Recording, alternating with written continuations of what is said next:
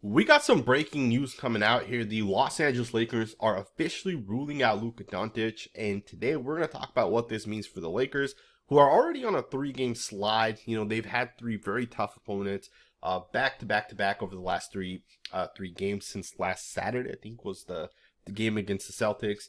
The Lakers have really struggled, and of course, I think the big issue right now for the Lakers, in my opinion, has been Jackson Hayes, right? I think Jackson Hayes has been kind of the difference maker. And we'll talk about that a little bit later on, right? I won't talk about why I think Jackson Hayes coming back to the Lakers is going to be the key for the Lakers to be able to bounce back and actually have success.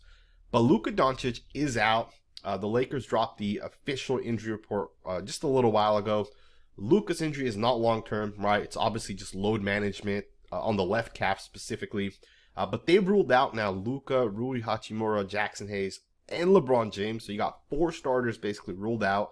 And of course, Dorian Finney-Smith and Gabe Vincent are also doubtful going into this game. The Lakers have almost no shot to win, in my opinion, against the Nuggets. And of course, the Nuggets are going to be motivated to come into this game. And, we saw what happened last time the Lakers played the Nuggets. Nuggets are going to want to win this game. Plus, you're also kind of fighting for that number 2 seed right now between the Lakers and the Nuggets. The Nuggets are going to want to win this game. Now, for the Lakers, what does this actually mean? Right, you have four starters out. You have your key role players that are doubtful coming in as well.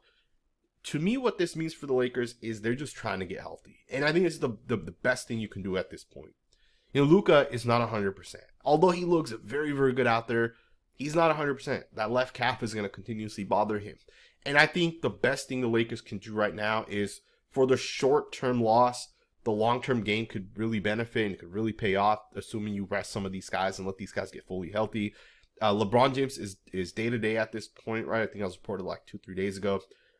I think there's a real chance that the Lakers already have this kind of thought out, right? You consider the schedule that's coming out, or the schedule that's coming up. You got the Nuggets tonight, and then you don't play until Sunday, in which you have back-to-back Sunday, Monday. You got the Suns and the Spurs. I think both games are winnable. Even if Luka doesn't play in either of those two games, if LeBron James comes back in, let's say Sunday against the Phoenix Suns, the Suns and Spurs are both winnable games for the Lakers. The Spurs have now ruled out De'Aaron Fox for the rest of this season. When you think about the Spurs and kind of what they have and how they've been struggling, I think it could make sense for the Lakers to allow Luka rest for a couple of games. Rui Hachimura could potentially be back next Wednesday, which would be that Denver Nuggets game. And that Denver Nuggets game next Wednesday could really be the key for the Lakers, right? If you think about this in this perspective, so the Lakers play tonight. They also played yesterday, right? So you got that back-to-back right now. You play Sunday and Monday. You got another back-to-back, right? So basically, in like a 5-day stretch, you're playing 4 games. That's crazy. It's a crazy-ass schedule. And I think for the Lakers, you can essentially rest your guys through Wednesday, and then hopefully on Wednesday, you get a lot of these guys back. Now, I would think Dorian Finney-Smith and Gabe Vincent will probably play against the Spurs, right? Because even though you might rest Luka, you might rest a guy like even LeBron James, you still want to win those games, right? And the hope is I think for the Lakers, March 19th will be the key day where the Lakers start to kind of make that push. You have 15 games left from that point forward. And I think that right there, if you go, if you win 2 of these next 3 games, I think the Nuggets game is going to be a loss, truth be told. But the Suns and Spurs are 2 winnable games. You win 2 of the next 3. You're still in a good spot. You rest up some of your guys, and you come out on the other side fully healthy, potentially ready to go for the season. I also want to just kind of make this note. Watching these Lakers struggle the past couple of games, it's so clear that the Lakers need Jackson Hayes back. Even just kind of going back to that New York Knicks game on last Thursday. The Lakers struggled a lot in that game, right? I think they kind of came back in the fourth quarter, but at some point they're down pretty big. Against the Celtics, they're down by 20 points at one point. I don't think the Lakers losing by 10 against the Celtics was even the true score, to be 100% honest. The Nets game, I know the Lakers lost by 3 when you consider the score, but if you watch that game, the Lakers were down by a big chunk. Right? The Lakers have almost been playing from behind the last 3 to 4 games. And then against Buccaneers, it all came against the Milwaukee Bucks. It all came together, right? And the Lakers really struggled. And even though Luka had 45, I think it's very clear the Lakers, they got to play better defense. And I think it starts with not having Jackson Hayes. To me, when I think about the Lakers and I think about how this team's kind of constructed, even Rui Hachimura, he's by no means going to be a guy that's going to block shots on the inside, but he's long and he's lengthy, and he does make it a little bit harder when guys drive to the basket. His pick and roll defense is also very solid. But having Jackson Hayes, a guy that can run down and block shots, it's a guy that can protect the paint. The Lakers need Jackson Hayes back. And this also kind of goes to the point of the Lakers, they're going to struggle when they play bigger teams. Now, of course, having Jackson Hayes really does help the Los Angeles Lakers. And I think if you guys watch the actual games, which I know a lot of you guys do, but there are some people that don't, that's why I say that. But if you guys watch the games, right, I think it's very, very, very clear having Jackson Hayes out there makes a huge difference for the Lakers, as opposed to not having him out there. And I think, especially in those final 15 games of the season, we don't know if Jackson Hayes will actually be back. I don't know if there's been any updates. I've looked into it. I don't see anything like official, like, hey, he's day-to-day, he might be back or whatever.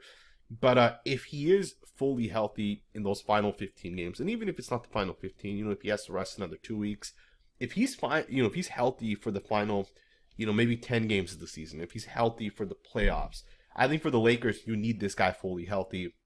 And we'll see what actually ends up happening, because not having Jackson Hayes out there, the Lakers have really, really struggled.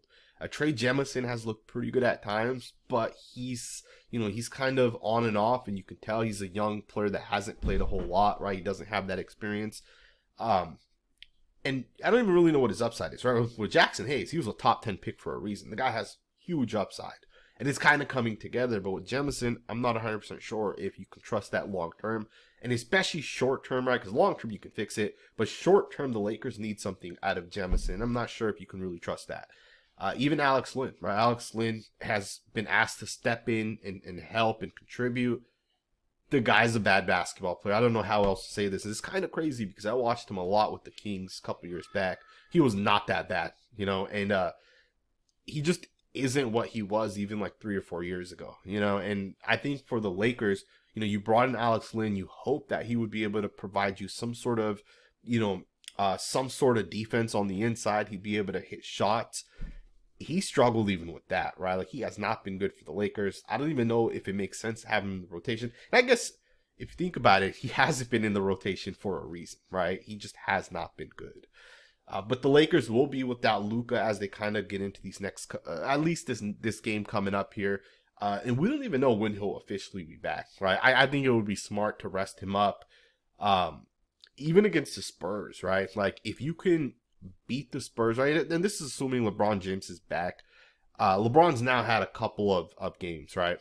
If you could beat the Spurs without LeBron, without Luka, that's the best case scenario. And I think the Lakers can beat them. I think you put Austin Reeves out there, assuming, obviously Gabe Vincent and Dorian Finney-Smith are healthy. I think you can still end up beating the Spurs, right? I just don't see them being that good of a basketball team at this point. The Nuggets game's gonna be the big one. Of course, you got the Suns before the Spurs, so we'll see what ends up happening. But Luka is out, Rui, Jackson Hayes, LeBron James, all out. Dorian Finney-Smith, Gabe Vincent are doubtful. We'll see what ends up happening. I want to know what you guys think in the comments below. Thumbs up, subscribe, and I'll see you guys next time with another video.